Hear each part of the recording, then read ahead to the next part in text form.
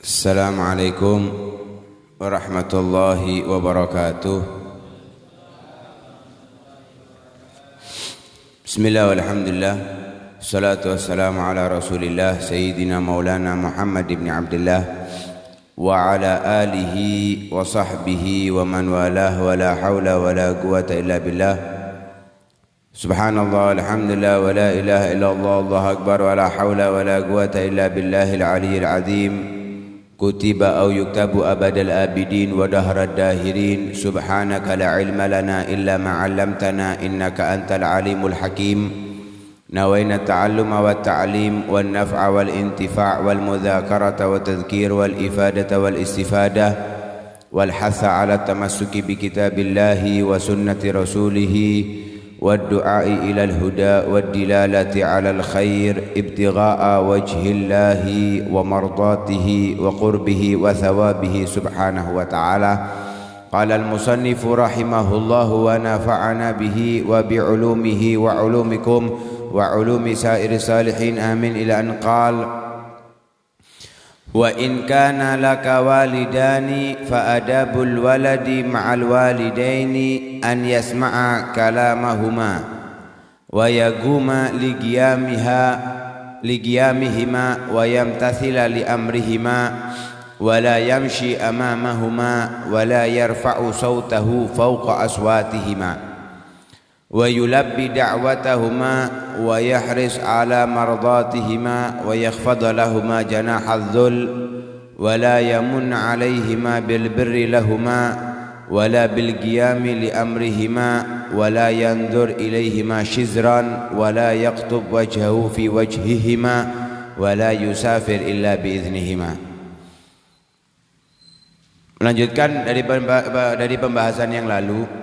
Di pertemuan yang lalu kita dijelaskan adab tentang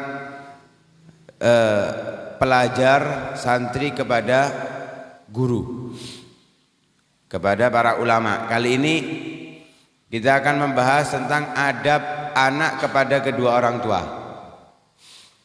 Jelas perintah Allah Subhanahu wa taala untuk kita berbakti kepada kedua orang tua. Wa qadha rabbuka alla ta'budu illa iyyah wa bil walidaini ihsana. Allah Subhanahu wa taala menentukan bahwa hendaknya kita tidak menyembah beribadah kecuali kepada Allah dan berbuat baik kepada kedua orang tua. Birrul walidain, berbakti kepada kedua orang tua, hukumnya wajib walaupun tidak disebutkan di dalam rukun Islam. Karena Allah Subhanahu wa taala berfirman, "Anishkur li wa li walidaik." Bersyukurlah kepadaku dan kepada kedua orang tuamu. Wajib untuk kita berbakti kepada kedua orang tua. Untuk berbakti ini diperlukan adab, tata cara untuk menghadapi mereka. Khususnya mereka yang sudah di usia lanjut. Dalam ayat yang tadi kita sebutkan, wa qadha rabbuka alla ta'budu illa iyyah wa bil walidaini ihsana imma yablughanna indakal kibara ahaduhuma aw kilahuma fala taqul lahumu uffin wa la tanharhuma wa qul lahumu qawlan karima.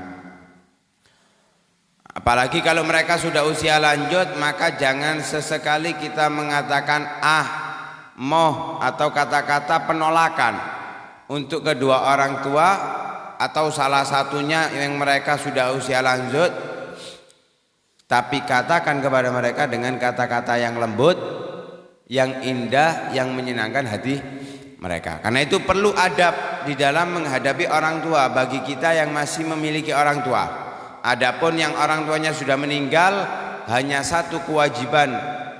dua kewajiban anak kepada orang tua, yaitu selalu mendoakan mereka dan menyambung silaturahim yang dulunya sambung karena orang tua kita. Bagi yang masih memiliki orang tua, hendaknya ada beberapa adab yang harus dijalankan. Yaitu disebutkan di sini, fa in kana laka walidan, kalau kita memiliki kedua orang tua, artinya mereka masih hidup, atau salah satunya. Fa adabul waladi ma'al walidain, maka adabnya anak terhadap orang tua, ini kalau orang tuanya sama-sama Islamnya, kedua orang tuanya Muslim. Adapun kalau orang tuanya keduanya Muslim, kita hanya wajib menghormati mereka, taat pada mereka selama bukan dalam kekufuran. Selain itu, adab kita tidak seperti kalau orang tuanya Islam. Kalau orang tuanya Islam banyak adab-adab yang lain. Tapi kalau orang tuanya bukan Islam, maka sebagian adab tidak dijalankan. Karena apa? Karena kalau kita menjalankan adab kepada selain orang Islam, dari adab-adab yang diajarkan untuk orang Islam, bisa menghilangkan kehormatan Islam. Tapi kalau orang tuanya Muslim, lengkap semua adab harus dijalankan. Yaitu yang pertama disebutkan ada 12 adab. Yang pertama, an yasma'a kalamahuma, selalu mendengarkan perkataan kedua orang tua. Ketika orang tua berbicara, hendaknya kita tidak mengeluarkan kata-kata sama sekali. Konsentrasi penuh mendengarkan apa yang mereka ucapkan kepada kita. Jangan tolak-toleh atau tidak fokus, lebih-lebih zaman sekarang bingung dengan HP-nya. Ini termasuk anak yang durhaka. Orang tua berbicara, dia mainan HP. Nauzubillah min dzalik. Ini kalau kita bayangkan ada presiden ngomong sama kita, kita main HP di depannya, bagaimana? Ini ditendang kita, diusir kita.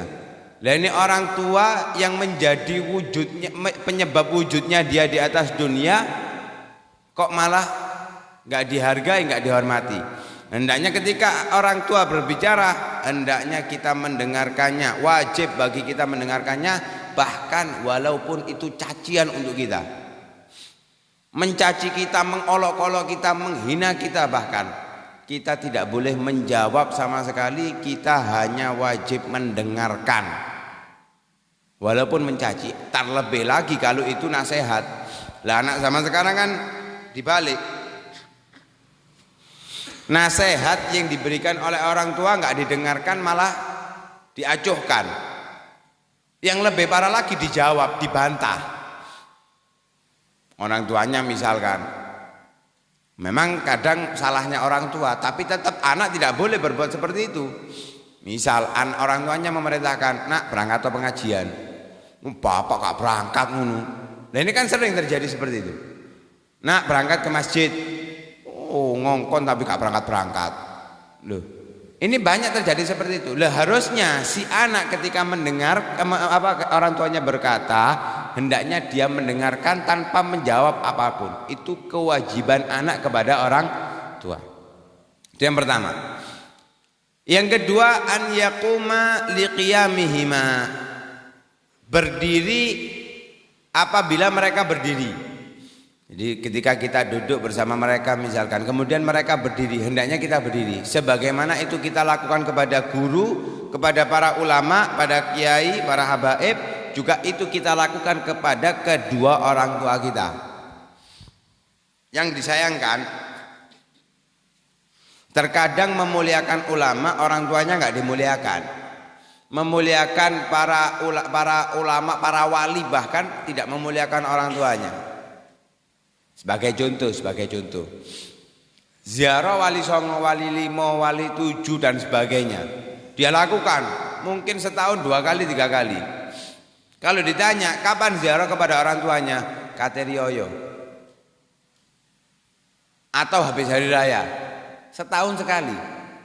Loh, harusnya ziarah kepada orang tua itu minimal seminggu sekali. Hari Jumat, habis Jumatan atau sebelum Jumatan, itu kita ziarah. Kalau daerah kita biasai, gak akeh tapi biasai. Saya katakan tidak banyak karena dari orang Islamnya yang ziarah sebulan sekali, bukan sebulan ya, pasaran. Malam Jumat Legi biasanya. Sebulan sekali. Itu dari yang ziarah sama yang enggak ziarah, banyakan yang enggak ziarah. Sedikit yang ziarah. Sedikit yang ziarah kemarin. Itu 35 hari sekali ziarah. Si untung-untungan masih 35 sehari. 35 kali 35 hari sekali. Semestinya ya setiap seminggu sekali. Semestinya menziarahi mereka seminggu sekali. Kalau mendoakan hendaknya setiap setelah sholat.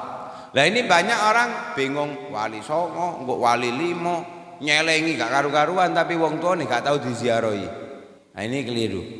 Harusnya dia menziarahi orang tuanya lebih rutin daripada wali. Insya Allah saya yakin walaupun gak pernah terbukti atau mendapatkan jawabannya. Saya yakin kalau misalkan itu walinya diizinkan oleh Allah untuk bangun dari kuburannya, yang ziarah-ziarah ke wali songo wali limo itu yang nggak pernah ziarah ke orang tuanya dikamplengi paling. Kenapa? Nggak mungkin aulia wali-wali Allah kekasih Allah itu membiarkan orang kurang ajar kepada orang tuanya, orang melupakan kepada orang tuanya. Kenapa? Yang dicontoh oleh mereka adalah Rasulullah.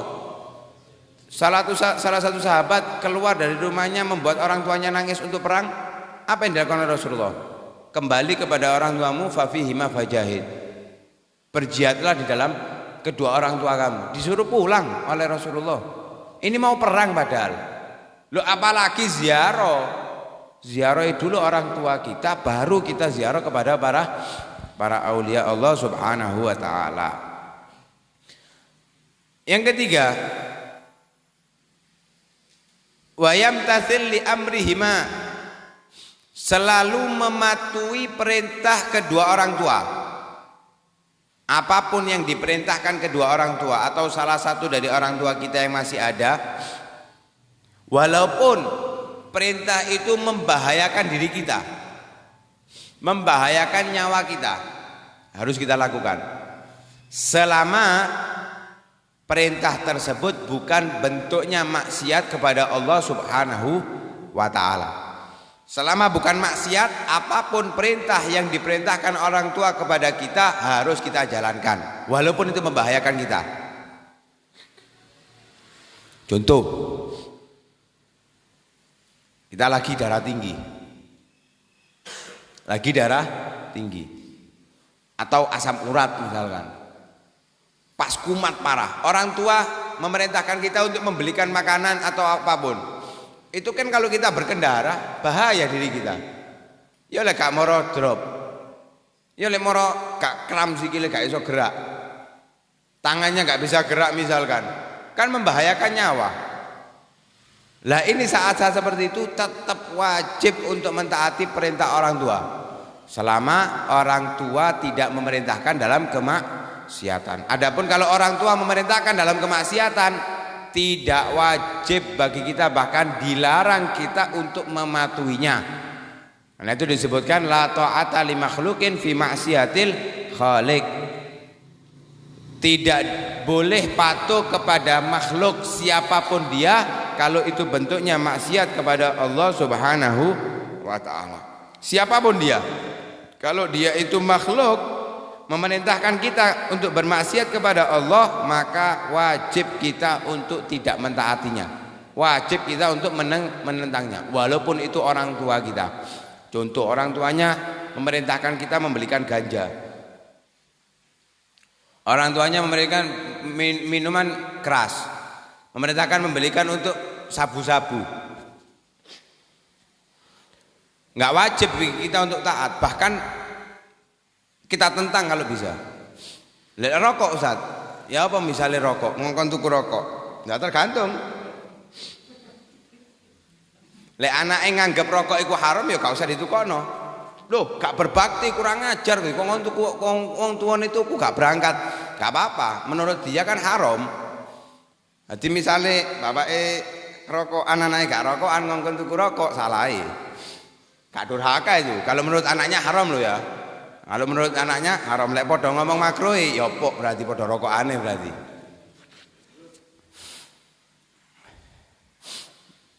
Nah, tergantung ya, rokok kan perbedaan antara ulama. Cuman pendapat yang terkuat adalah mereka yang mengatakan haram. Loh ku kiai, ojo bahas kiai wis jano urusane kiai mbek pangeran.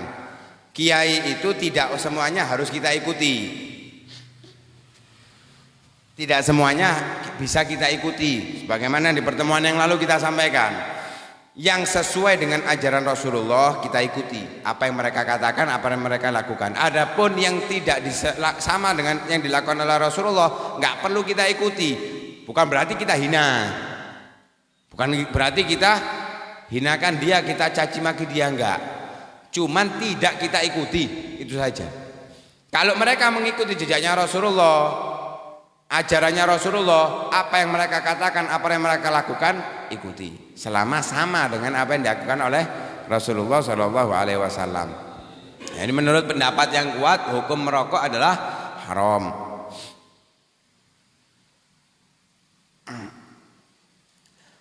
Kemudian yang keempat, wala yamshiya amamahuma, hendaknya tidak berjalan di depan kedua orang tua. Wong tuane disalib, jangan pernah berjalan di hadapan orang tua. Sepeda motor orang wong tuane kesuwen, tidak boleh. Jangankan orang tuanya sendiri, orang yang lebih tua itu Sayyidina Ali bin Abi Thalib pernah terlambat sholat berjamaah gara-gara orang yang di depannya orang tua jalannya lambat. Dikira Muslim, ternyata apa? Orang Yahudi. Menghormati orang yang lebih tua, apalagi kalau orang tuanya sendiri, jangan disalib, jangan berjalan di depannya.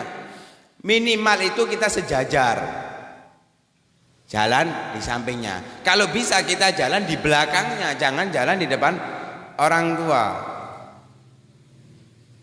Tapi kalau memang ada keperluan, misal tuntun orang tuanya, misalkan butuh pegangan depan, dia di depannya nggak apa-apa. Atau naik kendaraan orang tuanya, kok ning ngarep ae, aku nek mburi aku tegang lek ning ngarep misalnya, nggak apa-apa. Tapi kalau orang tuanya nggak meminta seperti itu, jangan pernah duduk atau berjalan di hadapan orang tua. Kecuali kalau mereka sudah mengizini untuk kita jalan di depannya, nggak masalah. Yang kelima, wala yarfa'a sautahu fawqa aswatihima. Tidak, jangan pernah mengangkat suara di atas suara mereka berdua. Orang tuanya berbicara, volumenya itu misalkan volume 70. Jangan pernah kita ngangkat dari 70. Maksimal itu sama, maksimal. Kalau bisa di bawahnya. Nah, kalau kita dapat cerita dari orang-orang tua dulu itu, kalau ada orang tuanya ngomong itu bisik-bisik, nggak berani ngomong sampai keluar suara, bisik-bisik. Kenapa? Takut kurang ajar kepada kedua orang tua. Takut kurang ajar kepada orang tua. Jadi ngomongnya pelan. Lah zaman sekarang aneh. Anak wong tuane bentak, anake luwih banter bentakane. Lebih keras bentakannya anak daripada orang tuanya. Ngomong di hadapan orang tuanya seperti ngomong sama orang yang lebih muda dari dia. Nah, ini kurang ajar. Kecuali kalau orang tuanya itu ada kekurangan pendengaran. Lek ngomongnya bisi-bisi ya sampai mati gak kerungu. Ya kita keraskan agar mereka mendengarkan. Dan insya Allah kalau orang tuanya itu memang agak kurang pendengaran, ya ngomongnya ya banter. Sampean buktino wis, tutupen kupinge ngomong. Engko gak sadar lah ngomongnya banter. Karena itu kalau azan itu disunahkan nutup telinga. Disunahkan nutup telinga. Agar apa? Agar dia mengeluarkan suara keras. Tapi ku biyen kano iki. Lek ono iki tetap sunnah tapi ojo banter-banter, jebol engko spikere. Gak usah banter-banter, wis ono pengeras suara. Kalau dulu kan gak ada pengeras suara, azannya di atas. Lah itu di telinga ditutup agar apa? Suaranya jauh. Nah ini kalau berbicara kepada orang tua itu pelan suaranya. Kecuali kalau ada perlu-perlu tertentu yang kita diperintahkan untuk mengeraskan suara, seperti kalau orang tuanya nggak dengar, baru kita agak keraskan suara kita. Yang keenam, wa yulabbi da'watahuma, selalu menjawab panggilan kedua orang tuanya. Mana jawaban untuk panggilan kedua orang tua ini yang sopan? Nah, nggih Bu, nggih Pak, yang sopan. Yo, Oh iki njauh dikampleng arek-arek koyo ngene iki. Enggak kurang ajar sama orang tua. Jawab panggilan orang tua itu dengan penghormatan. Kita kalau diajari oleh orang tua kita atau biasa di daerah Timur Tengah kalau dipanggil labbaik. Seperti kita kalau umrah atau haji itu, haji labbaik Allahumma labbaik itu kan memenuhi panggilan Allah. Sama ketika kita dipanggil orang tua kita jawab labbaik atau na'am, ya, nggih. Jangan yo, enggak sopan ini. Pakai panggilan jawaban yang menunjukkan rasa ta'zim kita, penghormatan kita, pengagungan kita kepada kedua orang tua kita. Yang ketujuh, wa yahris ala talabi mardhatihima. Selalu mencari ridho kedua orang tua. Selalu berbuat hal yang dapat membuat kedua orang tua kita ridho, atau berkata-kata yang membuat orang tua ridho. Artinya gini, kita ini setiap hari di hadapan orang tua selalu minta ridho kepada mereka, baik secara lisan, ridhoi saya, maafkan kesalahan saya, itu kepada orang tua. Kalau bisa setiap hari, ya apalagi yang dekat-dekat sama orang tuanya, kalau bisa setiap hari kita datang minta ridhonya. Kalau bisa pagi sore, secara lisan, juga secara perbuatan. Ojo lisannya minta ridho tapi perbuatannya nyakiti hatinya, jangan. Harus kita mencari ridho keduanya, baik secara lisan kita dan perbuatan kita. Akhlak yang baik, memuliakan mereka, menghormati mereka, dan meminta maaf selalu kepada mereka. Karena apa? Penting, ridho orang tua ini penting. Rasulullah SAW bersabda, ridho Allah fi ridhal walidain. Ridhonya Allah itu tergantung ridhonya kedua orang tua. Naudzubillah, kita 5 waktu masya Allah istiqomah berjamaah, ditambahi sholat sunnah qobliyah ba'diyah. Tapi kalau kita menyakiti hati orang tua kita nggak akan bisa mendapatkan surganya Allah Subhanahu Wa Taala. Bisa dibuktikan sahabat Nabi Alqamah dikenal oleh Nabi dengan orang yang soleh, tapi saat mau wafat nggak bisa mengucapkan 2 kalimat syahadat. Apa penyebabnya? Nggak sengaja menyakiti hati orang tuanya. Lah apalagi kalau sengaja. Karena itu man asbaha murdiyan li muskhitan liwalidayhi fa ana anhu sakhit. Siapa yang hidup di pagi hari membuat aku ridho, artinya berbuat ibadah dia, tapi dalam keadaan yang lain dia menyakiti hati orang tuanya, fa ana anhu sakhit, maka aku murka kepada dia. Sebaliknya, wa man asbaha muskhitan li murdiyan li abawaihi fa ana anhu rad. Siapa yang hidup di waktu pagi membuat aku murka, tapi dia berbakti kepada kedua orang tuanya, membuat orang tuanya ridho, maka aku akan ridho untuk kepadanya. Ridha Allah fi ridhal walidain. Karena itu penting mencari ridhonya mereka ini. Jangan berharap kita masuk surga dengan amal ibadah kita kalau kita membuat hati mereka sakit. Karena itu perlu adab untuk menjalankan itu semuanya agar mendapatkan ridho mereka.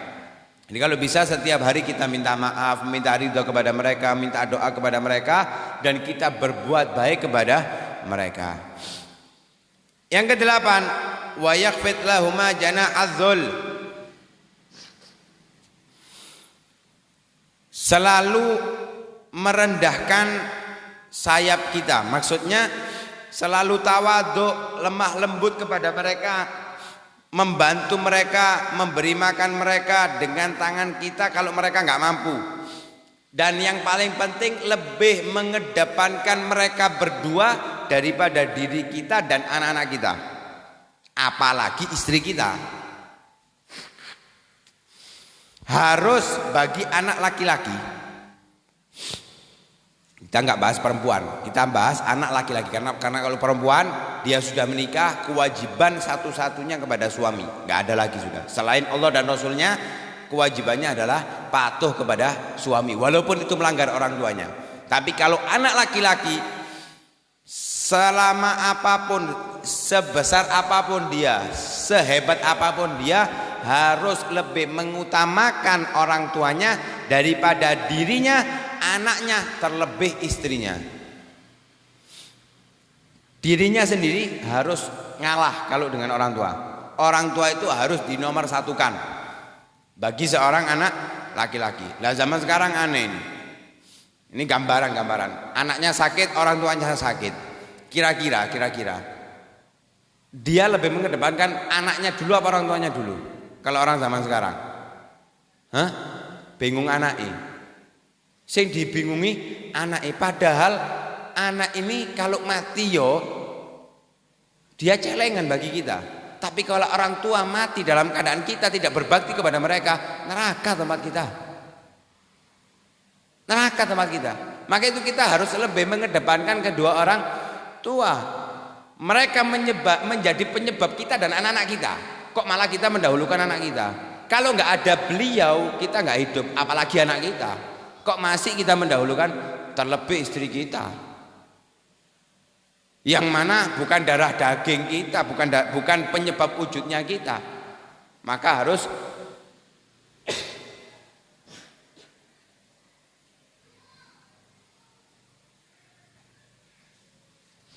kita utamakan kedua orang tua kita. Itu yang ke-8.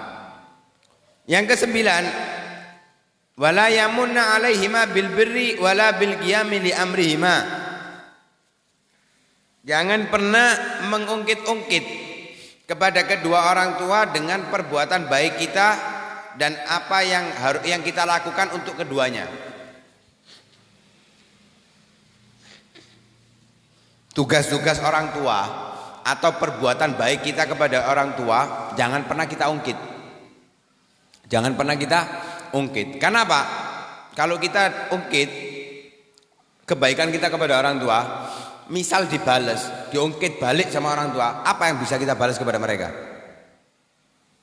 Kita ngungkit, kita berikan misalkan miliaran kepada kedua orang tua, bukan jutaan, bukan ratusan ribu, miliaran kita berikan kepada mereka.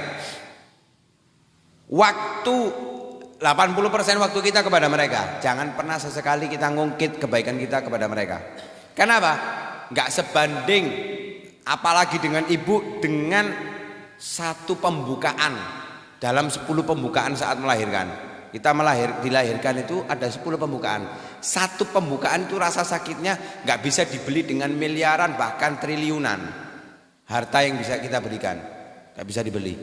Rasa sakitnya mereka. Jangankan yang seperti itu.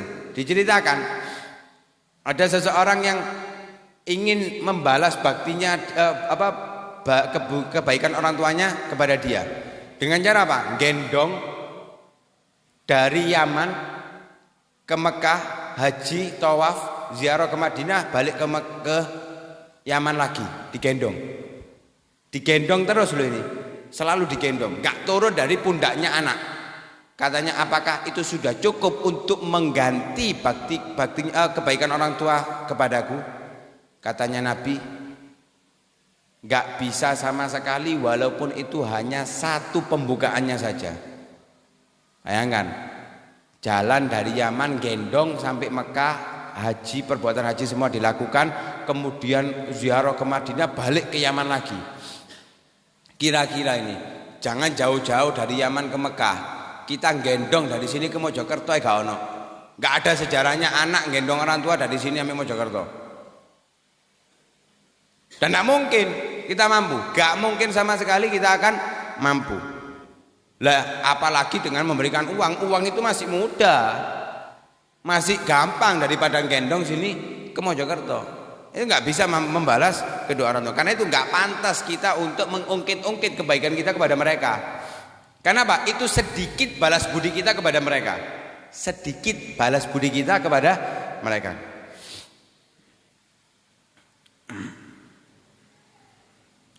Kemudian yang ke-10, wala yanzura ilaihima syizran. Jangan pernah memandang kepada kedua orang tua dengan pandangan murka. Sudah kita sebutkan hadis, siapa yang memandang kepada kedua orang tuanya dengan pandangan rahmah, sekali pandangan dia mendapatkan pahalanya orang yang haji mabrur yang diterima oleh Allah Subhanahu wa taala. Sebaliknya, siapa yang memandang dengan kepandangan murka kepada orang tua, maka Allah Subhanahu wa taala akan mengazabnya, menyiksanya kelak di hari kiamat. Nauzubillah min dzalik. Wala yaktub, yang ke-11, jangan pernah bermuka masam di hadapan orang tua. Cemberut di hadapan orang tua, selalu senyum di hadapan orang tua. Sekiranya itu orang tua melihat kita senang. Jangan sampai orang tua melihat kita delok raine rai sumpek. Loh, itu kalau rai sumpek loh, orang tua sumpek.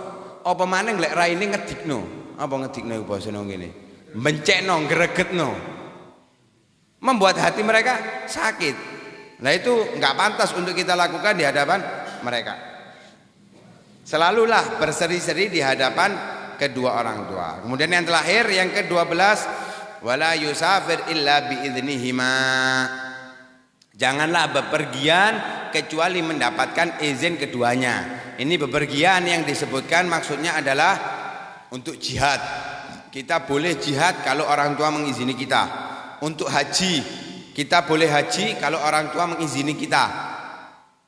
Atau haji sunnah ya, haji sunnah.